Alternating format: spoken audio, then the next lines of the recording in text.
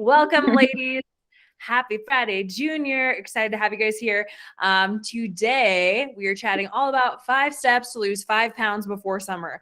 And when I was putting this out there, I was like, oh, I know people would be into it if I said lose 10 pounds before summer or 20 pounds before summer, because you guys all know you've fallen victim to this. The supermarket, when you're checking out and they've got National Enquirer and they've got all the other bullshit magazines there that are telling you you can drop 20 pounds in a day. And it's like, yeah, you can. And it's called like shitting your brains out and dying. And nobody wants to do that, right? It's not worth it. Because guess what? You're going to put it all right back on when you go eat food. So, I am all about healthy and sustainable and good habits for you. We know that right now, what is today? Today is May 16th, not even 16th. Wow, I don't even know what day it is. So today's the 12th. So technically, if we want to like say that Memorial Day weekend is the kickoff to summer, yeah, you could technically lose 5 pounds over the next 2 weeks, right? We're 2 weeks away from that. That's not really what I want you to do. If that's your goal, this could potentially happen for you by following these guidelines I'm going to give you, these tips. But I look at summer being when summer is, which is what, like the 20th of June. So let's give yourself 20 days plus the rest of this month. That's 31 minus 12, 19. Give yourself the next 39 days to lose 5 pounds. You can do it, you guys. That is realistic, steady, sustainable fat loss, not just weight loss. Fat loss, right? Because we can all lose weight. If I told you to go chop off your arm, guess what? You'd lose a few pounds. You could also go for a run on a treadmill for 3 hours today. And guess what? You'd probably lose 5 pounds. I went out for a run last weekend and I lost like 2.5 or something, because we can all lose water weight. It's pretty simple. So again, if you just wanted to lose 5 pounds over the next 5 weeks, we'll call it, that's easy. A pound a week. It is easy. It's just challenging because people don't want to change the shit they're doing. So is there anybody on here who wants to like be honest and either raise your hand or drop in the chat or whatever and just say, yeah, I know I'm doing stuff right now that is preventing me from losing weight and I want to lose weight, but there are things that I'm doing that probably aren't in line with that. All right. We got a few of you. Is there anybody who wants to like unmute themselves and say what those things might be so that other people watching this can maybe have an idea? Melissa, what you got? I'm going to San Diego for a staycation this weekend. Okay, and then I have friends visiting from out of state, and we're going to go to Disneyland for 5 days. Yes. So I don't understand. Why can't you lose weight? You're going to be walking. Like, wow. I mean, there's no temptation at Disneyland, right? So that's kind of the challenge, right? Like you're going to be out of your normal environment. So I wouldn't expect weight loss to be a thing that happens at Disney. Actually, one of my mentors, her and another group of gals that I was in a mentorship with her, they all went to Disney World back in, I think it was February. It was February because I couldn't go because it was my birthday trip. But they were just talking about like Disney is the perfect representation of America. Like this is what is wrong with people. We're willing to spend all this money on the food and the rides and the hotels and all this bullshit. And then you got people that are roaming around in their rascal scooters and stuff, not because they're debilitated because of like being ill or being old or whatever. It's because they're so effing fat. And I'm sorry, I'm not trying to be an asshole, but let's be honest, they are fat and they've chosen that. And they've also chosen to spend money on a Disney trip instead of investing money on making themselves better by buying higher quality foods or investing in a gym membership or whatever it is. So we know everybody's got their own story. I'm not here to judge them. I'm just saying, show me where you put your money and I'll show you where your priorities are at, right? So anyways, Disney, it gets in the way because there's lots of tempting foods and it's out of your normal routine. But at home, you do really well with sticking to your routine, right? So yeah, everything. I eat basically the same thing every freaking day. Yeah, so. And it's just living your best life because then, I get to go to Disney and shake it up. And I really enjoy that because it is different. Yeah, then I can really like get the really good treats, not just get like a crappy burger. I could be like, no, this one's going to be this, I don't know, this Ghirardelli ice cream is going to be way much better than just like a crappy burger. So yeah. And like, I don't need to have that bullshit like Halo Top fake ice cream. I'm going to go have the real stuff at Disney. Oh, yeah. Oh, absolutely. Absolutely. Right. Cool. So we know that's an example of something that's getting in your way, you guys. Going on trips, going and doing things out of your norm, that can get in the way. Did anybody else want to share one of the things getting in their way or some things? What do you got, Mom? Well, it was my birthday. It was Mother's Day. It was retirements at work. I mean, we had all kinds of good foods. 30th anniversary at work. 30th anniversary. I mean, there was things that, I don't normally eat every day. And I didn't keep myself from not eating it, but I didn't go crazy with it either. There you go. Yeah, there you go. It was just like, hey, I don't have these things on a regular basis. I'm going to treat myself to a little bit of them. Am I maybe having more than I would calorically on a regular day-to-day basis? Probably. But I also know this isn't what I do all the time. This isn't a Monday through Friday thing or even a Friday through Sunday thing. We know people screw up with that every weekend. It's just one of those things that all of a sudden all these events get thrown at us. So, do you mind sharing like some of the strategies maybe you use to like navigate those events, Mom? So, and like for Mother's Day, it was a buffet, and I went more for the protein type stuff. Yes, I know they're made a lot different than the way that I make them, but I tried to go more on the protein part of it to help me for the day. I didn't keep track of it. I didn't weigh and measure it and do all that, but I just kind of looked at what I was having and make sure that it was something that was going to be a little bit better for me, but not going for all the donuts and the carb heavy stuff. Instead, go for protein thinking. Yeah, being mindful and aware. And I mean, yes, like it's great to celebrate things, but I'm so big into like trying to tell people like it's about the memories, right? It's about the connections and the relationships. It's about going and enjoying yourself with those people, and they don't like you more or less because you ate X, Y, or Z, right? Like oftentimes we go into those situations just thinking like, oh, there's gonna be so much food there. Cool. Is it the Last Supper? Like, is this the last time you're going to eat food ever? Are you ever going to see that food again in your life? Probably. So like, let's quit putting the pizza on a pedestal, right? It's just fucking pizza. You can, as an adult, buy yourself a pizza any day you want to. There's nothing exciting about, for instance, donuts because it's Mother's Day. If maybe you have a little kid and they made you some awesome effing donuts, yeah, eat the shit out of that. It's probably going to taste gross, so you won't have to eat most of it. But, just enjoy the things. But also remember, it's about connections, relationships, memories, not just the food. Quit making the food the main thing that is the priority of all the events, right? Build your relationships. So I loved that. I know Melissa has great strategies for when she goes to Disney. Maybe she'll want to share those with us one of these days, but I'm going to not put you on the hot seat right now. So diving in, let's get into these 5 steps because, again, I got to go to Costco, and I'm sure you guys got shit to do tonight too. So 5 steps to lose 5 pounds before summer. Are you ready? Are you taking notes? Guess what? You guys are here live. You don't really have to. I'm going to post this later for you in the Facebook group. So if you want to like save it to your phone, but if you want to take notes, do it. So if you want to lose 5 pounds over the next 4 or 5 weeks, I got you. Without pills, wraps, detoxes, skinny teas, starving yourself. Who's tried those? Be honest. Have you tried any of that bullshit? Yes, as have I. So number 1, cut out liquid calories. Cut out liquid calories. Ooh, what does that look like? All right. So high calorie coffees, right? You're going to Starbucks. Oftentimes, I know you're not ordering coffee. You're ordering a Sunrise Sprint. I don't know what the fuck they even make there. It's ridiculous. But you're ordering a pink drink or something. And literally, I did this on my social media one day where I was having this meal of like potatoes and meat and veggies and stuff. And all this food was like almost 500 calories. And I was like, I bet there's a 500 calorie drink at Starbucks. Like, I'm just going to go look. And of course, sure shit, there was a drink in there that was like 450 something calories. For a drink, you guys, like who is drinking that and feeling satisfied after the fact? Like it might cure a craving. It might give you that sweet fix that you're perhaps looking for, but I know you're still going to want actual food after that, which you should. When you're having those high calorie drinks, they end up just spiking your blood sugar response. They make you crave more things that are satisfying, as they should, because if you want to have something sweet or whatever like that, you can balance out that blood sugar imbalance by having things like protein and vegetables and fruits to sort of offset that, right? So for me, you guys will see me, of course, on my stories and stuff saying like, oh, I'm having my crack bowl and I'm having my Oreo, whatever.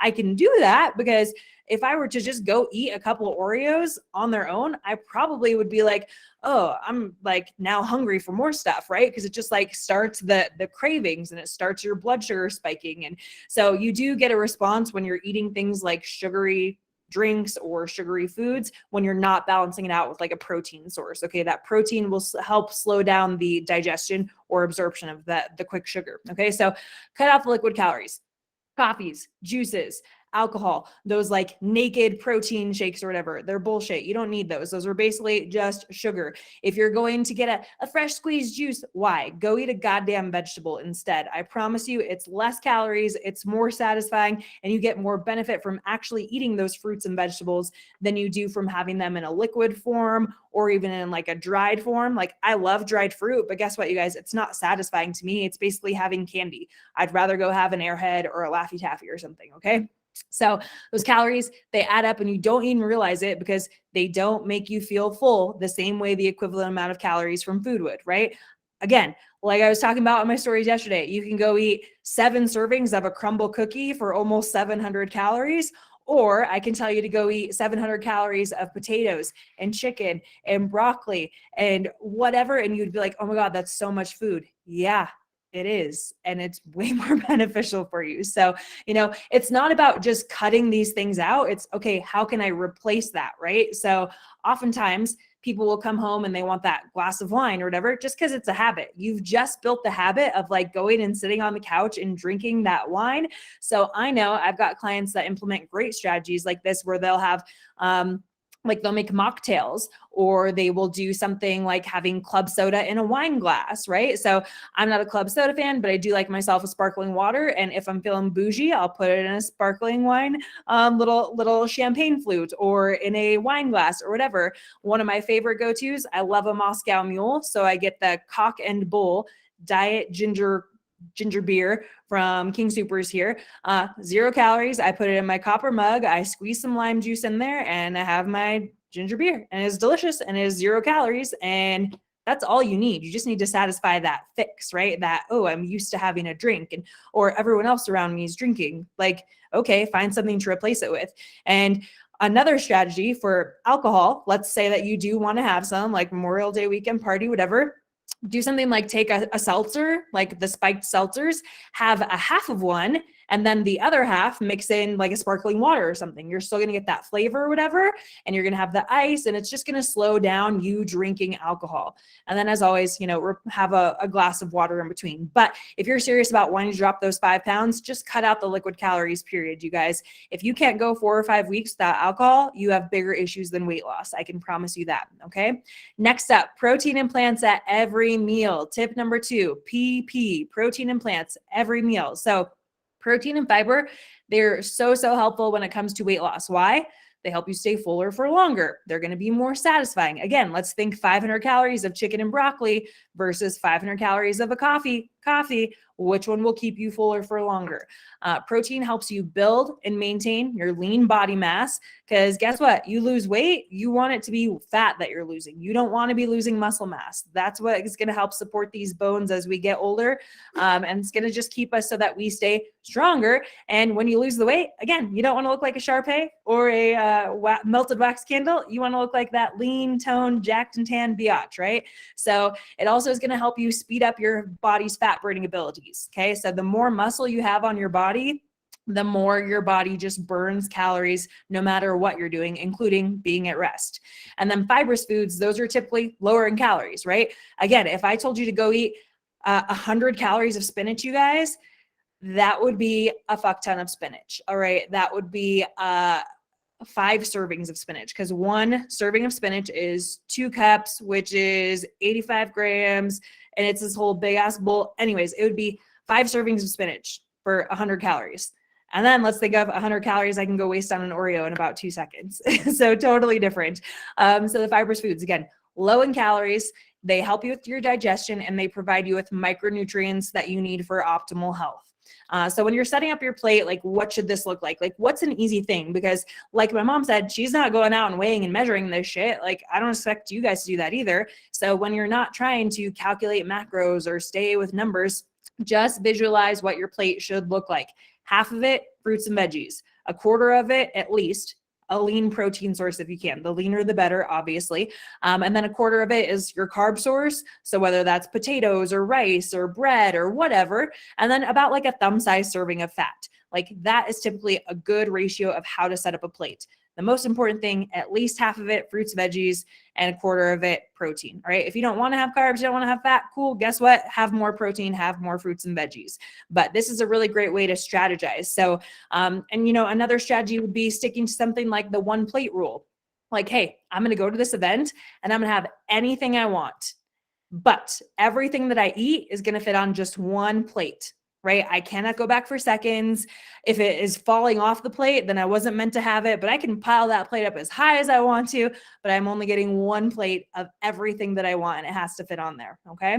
So that was number 2. Number 3, eat out 1 to 2 times a week, max. All right. I know that this is huge for people, right? So in addition to being a heavy hit to your wallet, like, let's face it, my husband and I can go out to a single dinner and rack up at least a $100 bill. It is simple. It is so easy to spend that kind of money on just going out to 1 meal, you guys. So I don't know how people go out to eat more than 2 times a week. Like, how do you afford that, you guys? It's going to be a hit to your calorie budget and to your actual financial budget. So like, nix it, right? If you could go out 0 times a week for the next 4 or 5 weeks, even better. You're going to have that much better progress on your results towards losing those 5 pounds. So there's a ton of hidden calories in restaurant foods because here's the thing. They don't actually care about making food that's healthy or low calorie for you. I don't even care if it's like Chipotle or if it's a motherfucking salad place, Mad Greens, whatever. They do not care about how many calories are going in your food. The homeboy behind the counter at Chipotle, he's not portioning out your stuff, being like, yep, I'm giving her 2 ounces of chicken. Yep. No, he does not care. He's just, this is what I was trained to do. Awesome. I just want to go get stoned. Cool. I get it, dude. But he doesn't care about your food. You know what the goal is with restaurants? They want to make the food taste really good, highly palatable foods. So you keep coming back like, oh, damn, I need to go back there. That tasted so good. Why did it taste good? Plenty of carbs, plenty of fats, plenty of hidden calories, lots of seasonings and sauces and condiments and all this shit.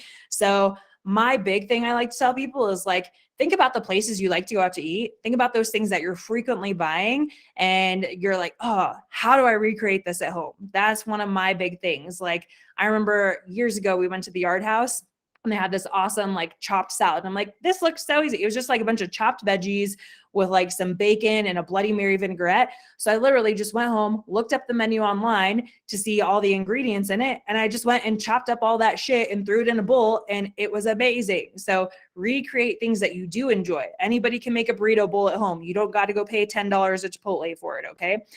So they want it to be highly palatable. They want you to come back and they don't care about you and your diet or your weight loss goals or whatever it is. Okay. Number 4, strength train 3 to 4 times a week. And strength train does not mean pick up weights that weigh as much as your purse or pick up weights that you can literally like do this with. Like if you're flinging them around, guess what? It's not enough. Okay. You want to feel a struggle. You want to feel a challenge with your weightlifting. So eating protein, which we talked about, supports building and maintaining that lean body mass, right? That's how we get away from looking like a candle. But just eating alone, that doesn't actually build muscle. So, I mean, I wish it did because I would have so much muscle because I eat all the effing time, you guys. You have to send a proper strength training stimulus through purposeful, progressive overload in your weightlifting workouts. So what does that mean? Purposeful, progressive overload. That means week to week, you have some way of measuring, am I getting stronger? So are you doing more reps with heavier weights? Are you able to actually feel yourself working harder? Are you paying attention to having good form versus sloppy form and just rushing through it, right? Like I know Melissa's huge on that. She's really great about making sure she's tuned in with her form.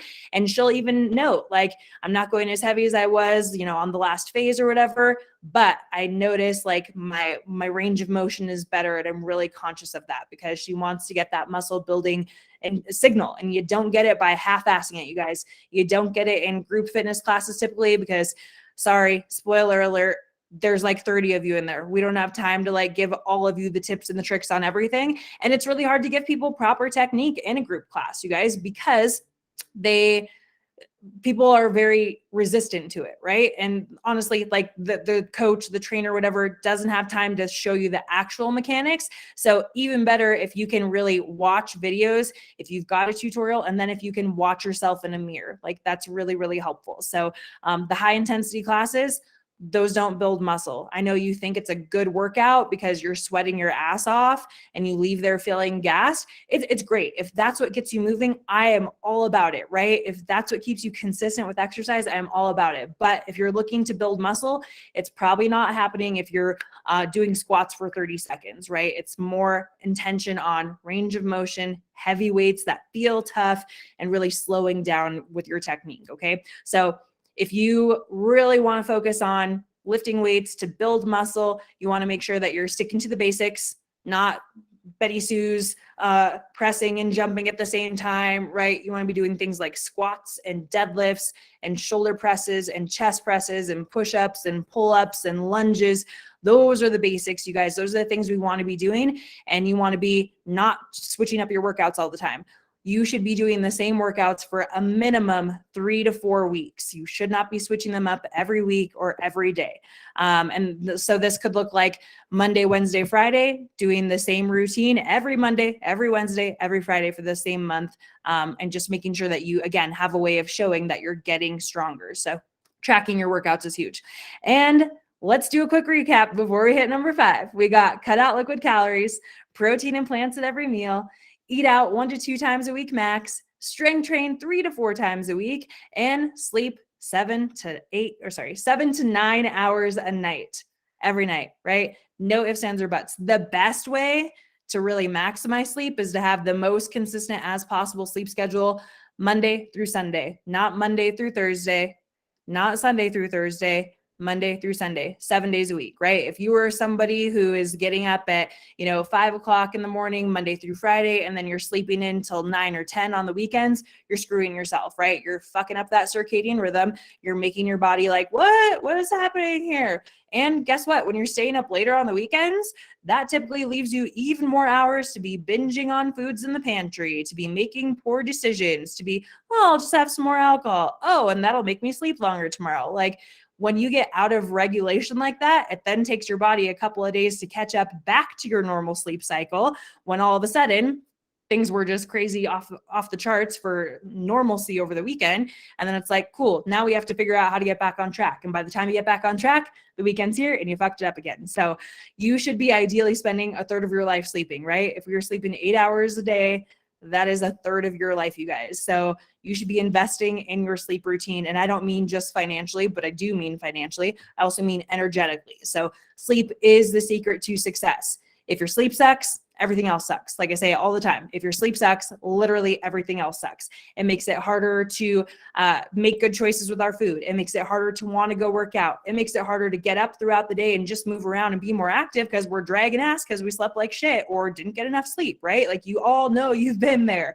I think one of the worst things for me is I get horrible cravings after a night of shitty sleep. Like, so then even though I might have all my food planned out, it's like, but I really want this or that now. So now I have to decide, like, do I want to switch things around to fit in that thing that I'm craving? Even though I know, like, I'm only craving this because my sleep sucked, sometimes I will give in, but that's okay. I'll make it work. But then really trying to prioritize, okay, what went wrong last night with my sleep? How can I get back on track with it tonight? So a good sleep routine is everything, you guys. So really making sure you're decompressing, shutting down electronics, TV, phone, computer, work, all that, minimum 30 to 60 minutes before bed is ideal.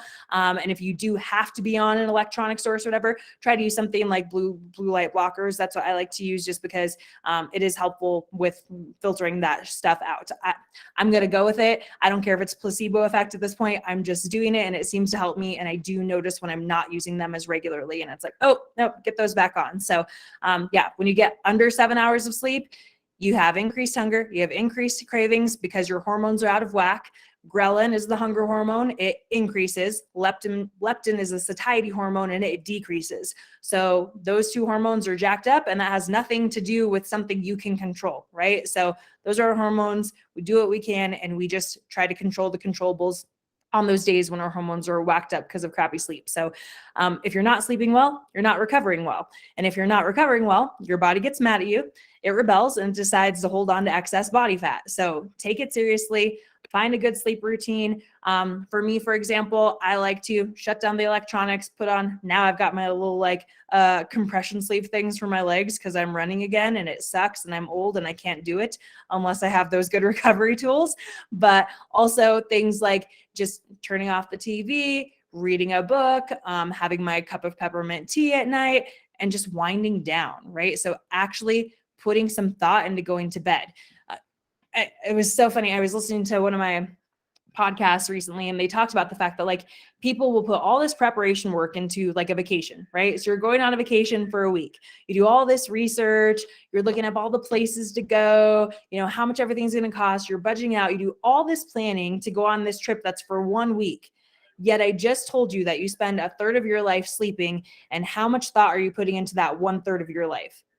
Many people, little to none. They just go to sleep and expect things to happen. No, go in with a plan. And the better planned you are to have a restful night of sleep and make sure that your next morning starts off better, like the better perspective you're going to have the next morning when you wake up and you're like, I feel refreshed. I feel recovered. I'm not stressed out. I've got like my workout clothes laid out. My food's ready for work. Like you've got everything planned out because this is your life every day. This isn't a vacation you take once a year. So that's kind of it. That's what I got for you guys today. Any discussion? Anybody want a good talking point? Anybody want to chime in? Something you were like, fuck yeah, that was valuable. And if there's anything that sucked, let me know. Unmute yourself. Melissa gave me a thumbs up. Mom's laughing. All my other ladies are not telling me I sucked. So that's good. Okay. All right. We're winning. So if you want to lose 5 pounds over the next 4 to 5 weeks, this is it. This is as basic as it gets, you guys. And if I want to just kind of go around, is there anybody who wants to say which one you think would be the toughest for you? Which one would be the toughest and which one would be the easiest, right? Like what's one thing you're like, fuck yeah, I can commit to that the next few weeks. And what's another that's like, oh, hell no. Melissa, what do you got? Drinking. So I don't, drinking water is really easy for me. So that's super easy. I don't believe in drinking calories. And then the going out to eat 1 to 2, that's gonna be hard. Yeah. Mm-hmm. Yeah. Okay. Mm-hmm. It's hard, but doable, right? And you've got a strategy like, hey, protein and plants, or 1 plate, or enjoy the shit out of everything. And you've got great strategies. Like I said, when you go to Disney and stuff, like you really are good about front your day with like healthier things to sort of balance it, right? Yeah. It's not like, oh, I'm going to starve myself so I earn those calories. Yeah. All right. Penny, did you want to share? My toughest time will be sleep because I just have a tough time sleeping. So that's something I will work on. And I like the peppermint tea idea, or any kind of hot tea before you go to bed, and just reading or something. Yeah. Yeah, it's just that chill mode, that zen, like reflect on your day. And I get it. Sleep is tough. Do you happen to take like any sort of supplements or anything for sleep? I never have. Yeah. I mean, I know magnesium has been shown to be helpful. I take a full spectrum magnesium. I would recommend if you wanted to supplement. I don't tell anybody they should supplement. Like talk to your doctor about it if it's something you're interested in. It's obviously something we can all buy off Amazon or whatever. But you can always look into various types of magnesium. At least that's not something that's like crazy to put in our bodies. It's actually a good supplement for most of us to have. And it can be super helpful. And then like just setting up the environment. So making it as dark as possible, making it as quiet as possible. My strategies, I use a system that's actually called an Uller, where it regulates the temperature of my bed. So I have it set to, I think, 67 degrees because I want to say 66 or something has been shown to be optimal sleeping temperature. And then I have like a fan on, I have an eye mask, I wear earplugs, like I do the whole shebang because I like want my sleep to be on par. But those are all just strategies that I know I use. And so yeah, I love that. Sleep. It's a really good place to start because, like I said, if sleep sucks, everything else sucks. It's not easy to do the rest of it. So cool. Yeah. I am going to try that. Yeah. Is there one that you think will be easier for you? Not eating out is really easy for me because I don't ever eat out. There you go. Very seldom. Yeah. So that's a piece of cake. Hey, there you go. You're like 20% of the way there then. And liquids are really not a problem either. So Cool. Yay. You're on track. All right. Mom, did you have any to share?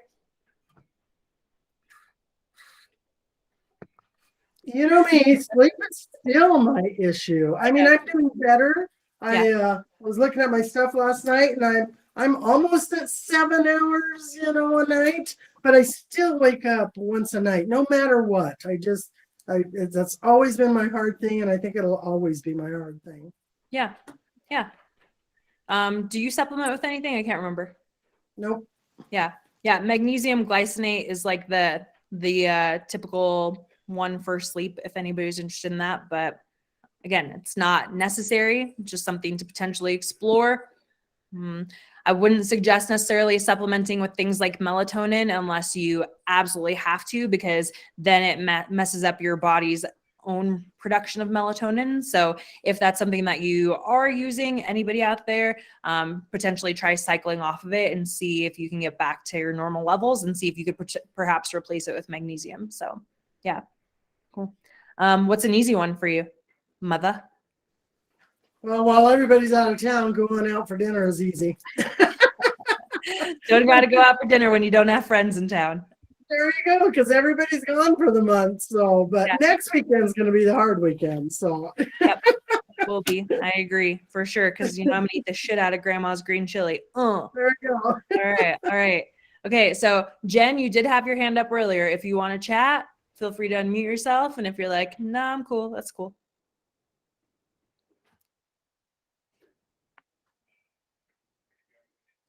We're good? Okay, yeah. All right. Okay, cool. So anything else before we get out of here?